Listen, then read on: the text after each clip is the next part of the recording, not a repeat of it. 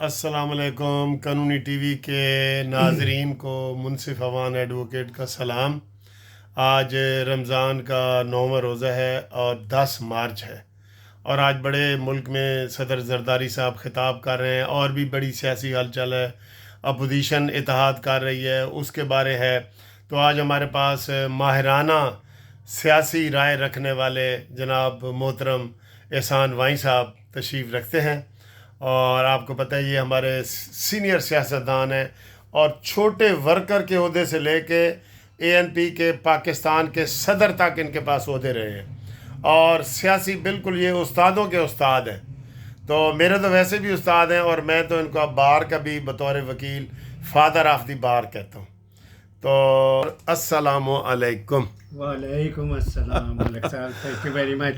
تسی بڑی ضرورت تو زیادہ تعریف کرتے جے. نہیں سر، تسی ساڈے استاد ہو. اسی جدوں وکالت شروع کیتی سی نا جی، میں سر جب وکالت میں آیا تو میں نے آپ کی پہلی تقریر سنی تھی، تو میں تب سے جو ہے نا آپ کا مرید بن گیا ہوں، آپ کو بتائے بغیر. چلو تھینک یو ویری مچ. عقل مند لوگ میرے مرید بنے، اس سے زیادہ میرے لیے اعزاز ہاں جی. اور کیا ہو سکتا. تو ہمارے قانونی ٹی وی کے جو ناظرین ہیں وہ بھی آپ کو جانتے ہیں اور بڑے کمنٹس کرتے ہیں. آپ کے جتنے بھی انٹرویو ہمارے اس قانونی ٹی وی پہ ہوئے ہیں تو لوگوں نے بڑے پسند کیے ہیں. سر جی، ملکی حالات جو ہے نا، آپ سے گپ شپ لگاتے ہیں، زیادہ ادھر ادھر کی باتیں نہیں کرتے. ایک تو ملکی حالات پہ مجموعی تبصرہ آپ سے میں چاہ رہا ہوں کہ ہمارے ملک کا کیا بنے گا. ہر بندے اسی پہ رہیں. چلیں اسی پہ، پہلے اسی کے اوپر آ جائیں. سر جی، ہمارے ملک کا مستقبل کیا ہے سر؟ ملک صاحب، امان صاحب جی کہ اس ملک کا مستقبل کیا ہوگا، جی یہ سوال آج نہیں، یہ 1947 سے یہ سوال ہو رہا ہے. ہاں 1947 سے جی جب ملک انڈیا تقسیم ہو کے آپ کا ملک بنا، جس کو پاکستان کہتے ہیں، وہ لوگوں نے پوچھنا شروع کر دیا تھا کہ یہ اس ملک کا کیا بنے گا. کیونکہ جب پاکستان بنا، ملک صاحب میں چاہوں گا کہ میں مختصر رہوں جی کیونکہ بات یہ کافی لمبی ہے. ہاں جی کہ جب ملک بنا تو اس کے حکمران، کیونکہ جس نے ملک بنایا وہ تو 1 سال کے اندر اندر فوت ہو گئے جی. تو اس ملک کو سنبھالا یا جاگیرداروں نے، یا مذہبی انتہا پسندوں نے، اور یا بیوروکریٹس نے. وہ بیوروکریٹس عوام صاحب کہ جو یونائٹڈ انڈیا میں ایڈیشنل سیکریٹری تھے، اچھا، لائک غلام محمد ہے جی، لائک چودھری محمد علی، یہ سارے یونائٹڈ انڈیا میں کوئی سیکریٹری تھا، کوئی ایڈیشنل سیکریٹری تھا. وہ آ کے یہاں پر گورنر جنرل بن گئے. یہ میں یہ کہوں گا ملک صاحب کہ کوئی میرے سے ایگری کرے نہ کرے کہ یہ ان کے سپرد یہ ملک ہوا کہ جو ایک ڈسٹرکٹ نہیں کنٹرول کر سکتے تھے، تو پورا ملک ڈسٹرکٹ نہیں چلا سکتے تھے، وہ ان کو پورا ملک بن گیا. اور اس کے ناطے انہوں نے اس ملک کی معیشت بھی تباہ کی، اس ملک کا دفاع بھی تباہ کیا، اس ملک کی میں جمہوریت آتی ختم کی، اور یہی لوگ مذہبی انتہا پسندی کا باعث بنے، اور یہی لوگ مارشل لاؤں کا باعث بنے، کیونکہ یہ ملک چلا نہیں سکتے تھے. یہ فوج سے مدد لیتے رہے، اور فوج مدد لیتی رہی بیوروکریسی سے. یہ مل کے اس ملک کے عوام کو انہوں نے غلام بنایا، اور اس ملک کے عوام کو معاشی طور پہ انہوں نے نہ روٹی کھانے دی، نہ ان کے بچوں کو تعلیم ملی، نہ ان کے بچوں کو، اس ملک کے عوام کو جو ہجرت کر کے لاکھوں کی تعداد میں پاکستان آئے تھے، نہ ان کو رہنے کی جگہ ملی. اور وہ غریب اس ملک میں آ کر ابھی تک کراچی میں وہ رول رہے ہیں، اور ابھی تک ان کو وہ جو وسائل جس کے ناطے وہ ملک میں ہجرت کر کے آئے تھے وہ ملنے تو درکنار، اس کے وہ نزدیک بھی نہیں جا سکتے. اچھا، یہ تو سر آپ نے ماضی بتا دیا. میرا سوال تھا مستقبل کیا ہے. میں وہی عرض کر رہا ہوں کہ اب یہی حکمران بیوروکریٹ اب جب اس پر حکمران آ گئے تو اب نیچرلی حکمرانی انہوں نے کی، اور انہوں نے اب یہ طریقہ اختیار کیا کہ اس ملک میں حکمرانی کر کے اس ملک کے عوام کو کیسے غلام بنانا ہے اور مسلسل ہم نے کس طرح حکومت کرنی ہے۔ میں نے جیسے کہ بتایا کہ یہ 3 طاقتیں تھیں، بیوروکریٹ تھے، فوج تھی، اور انتہا پسند، عام مولوی کی بات نہیں کرتا، انتہا پسند ملا تھے۔ انہوں نے مل کے پاکستان کو برباد کیا۔ اس نے برباد تو کر لیا جو کر لیا، آگے اب سن لیں آگے کی بتائیں۔ یہاں پر آگے یہ یہاں کے عوام تو آئے تھے انڈیا سے کہ یہاں جمہوریت ہوگی، یہاں ہمیں ہمارے بچوں کو تعلیم ملے گی، یہاں پر لوگ روٹی کھائیں گے، اور یہاں پر ہمارے بیٹے بچے خواتین یہ ترقی کریں گی۔ لیکن یہاں ہوا یہ، اسی بیوروکریٹس نے، مطلب غلام محمد ٹائپ لوگوں نے اس یہاں گورنر جنرل بن گئے، اور یہاں کے جو انگریز کے ٹاؤٹ جو تھے جاگیردار، وہ غلام محمد کے پاؤں پکڑتے تھے اور عہدے لیتے تھے، وزارتیں لیتے تھے۔ تو ملک صاحب وہ ملک کیا ترقی کرتا؟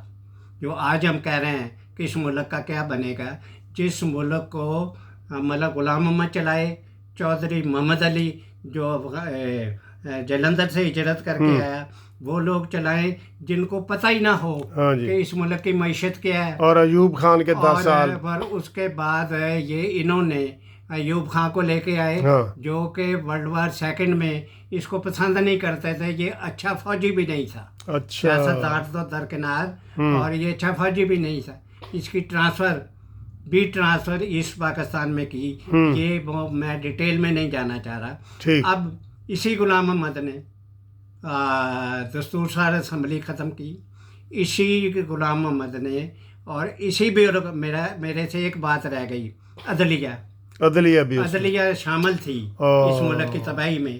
انہوں نے مل کے اب اسی عدلیہ نے یہاں جمہوریت ختم کی، یہاں اسی عدلیہ نے ایسے فیصلے دیے ہیں جی کہ جن میں کہ جس کے ناطے کسی غریب آدمی کو تو درکنار کسی کو انصاف مل ہی نہیں سکتا تھا، جس کے ناطے کوئی جمہوریت نہیں۔ چیف مارشل ایڈمنسٹریٹر کو ترمیم کا حق دے دیا، اور انہوں نے پھر حالت یہ کی، یہ تو آپ کے چیف جسٹس جو بڑے فنے خان افتخار تھے، وہ انہوں نے تو آئین میں امینڈمنٹ کا اختیار دے دیا، کس کو؟ مارشل ایڈمنسٹریٹر کو۔ اور اس کے لیے ہم پاگل ہو گئے تھے سارے وکیل۔ ملک صاحب آپ کو میں یہ بتاتا چلوں، اس وقت حالت یہ ہے جو کہہ رہے ہیں ملک کا کیا بنے گا، نہ ملک میں مکمل جمہوریت ہے، نہ ملک میں مکمل سیاسی پارٹیاں ہیں، نہ ملک میں پروونشل اٹانومی ہے۔ یہ ملک بنا تھا کہ یہاں صوبائی خود مختاری ہوگی، یہاں لوگوں کو امن ملے گا، یہاں پر لوگ ترقی کریں گے اور دہشت گردی نہیں ہوگی، اور یہاں مذہبی انتہا پسندی نہیں ہوگی۔ لیکن اب یہ ہے کہ ہم ساری دنیا میں اس وقت تعلیم کے لحاظ سے آخر میں ہیں، ہمارے بعد افغانستان آتا ہے۔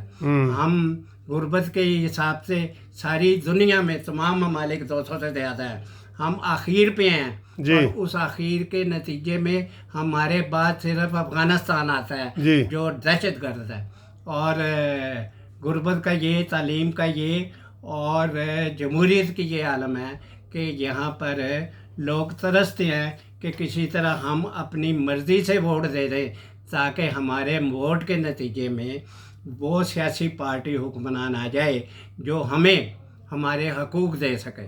اس لیے میں یہ سمجھتا ملک صاحب، آپ نے بار بار سوال یہ کیا، یہ پھر کر رہے ہیں، اور میرا جواب یہی ہے کہ اگر اس ملک میں سیاسی پارٹیاں سٹرانگ نہیں ہوں گی، پولیٹیکل پارٹی، اور اس ملک میں اگر جمہوریت نہیں ہوگی، اس ملک میں معیشت درست نہیں ہوگی، اور اس ملک میں صوبائی خود مختاری نہیں دی جائے گی، تو یہ ملک نہ چل سکتا ہے۔ اور جس طریقے سے انہوں نے اس ملک کو 2 لخت کیا، مشرقی پاکستان علیحدہ کیا، جو کہ وہ علیحدہ نہیں ہونا چاہتے تھے، انہوں نے فوج نے زبردستی انہیں علیحدہ کیا۔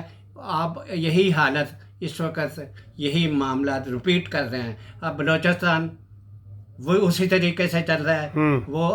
وہ علیحدگی کا نعرہ مار رہے ہیں اور وہاں پر آپ حیران ہوں گے ملک صاحب، جس کے میں حق میں نہیں ہوں، پنجابی اور بلوچ اور لیکن وہاں پر جتنا مزدور جاتا ہے، میں بڑے لوگوں کی بات نہیں کر رہا، جو مزدور پنجاب سے وہاں پر محنت کرنے جاتے ہیں کوئلوں کے معاملات میں، دوسرے معاملات میں، وہاں پر یہ جو دہشت گرد ہیں وہ سارے کے سارے پنجابی مزدور جو ہیں وہاں پر مار دیے جاتے ہیں. اب تک سینکڑے پنجابی مار دیے گئے ہیں، اس لیے کہ وہ صرف مزدوری کرنے جاتے ہیں.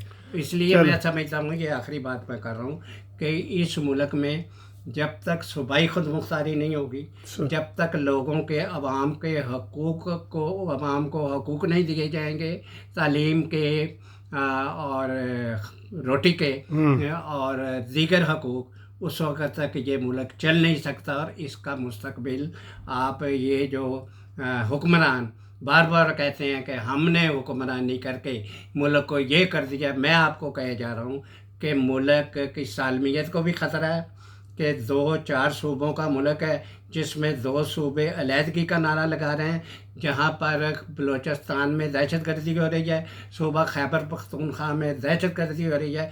واحد ملک ہے جس میں 80,000 انوسنٹ شہری یہاں پر دہشت گردوں نے انہیں مار دیا گیا. کہاں مار دیا گیا؟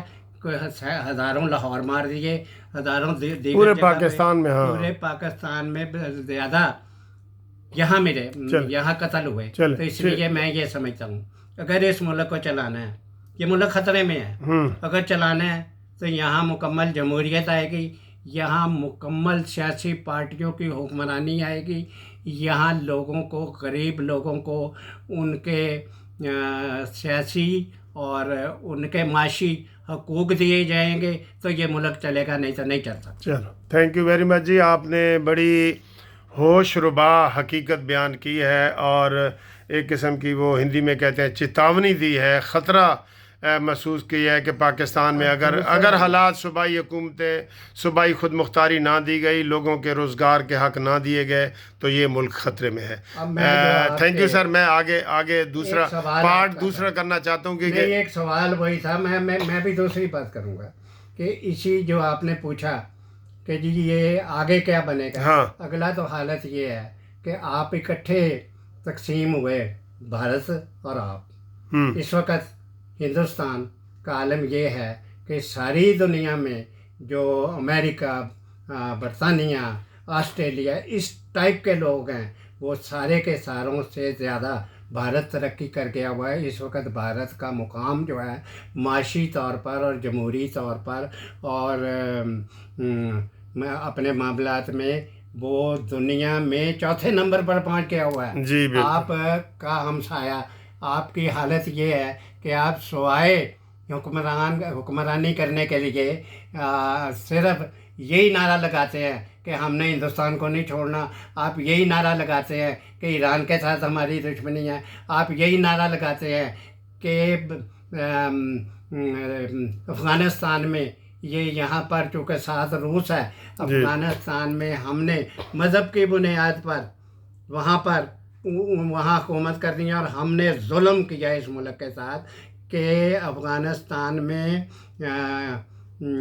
یہ جو مہاجرین تو رکھے افغانستان میں آپ نے روس کے اگینسٹ امریکہ کے طالبان پر وہاں پر مجاہدین بھی بنائے اور طالبان بھی بنائے. آج وہی مجاہدین اور وہی طالبان آپ پر دہشت گردی کر رہے ہیں.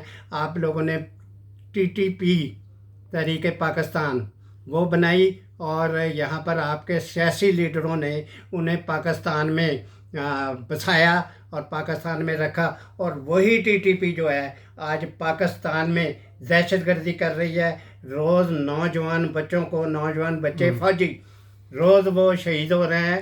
اور آج ہمارا اس وقت تک یہ آخری فکر ہے کہ یہ ملک ترقی نہیں کر سکتا.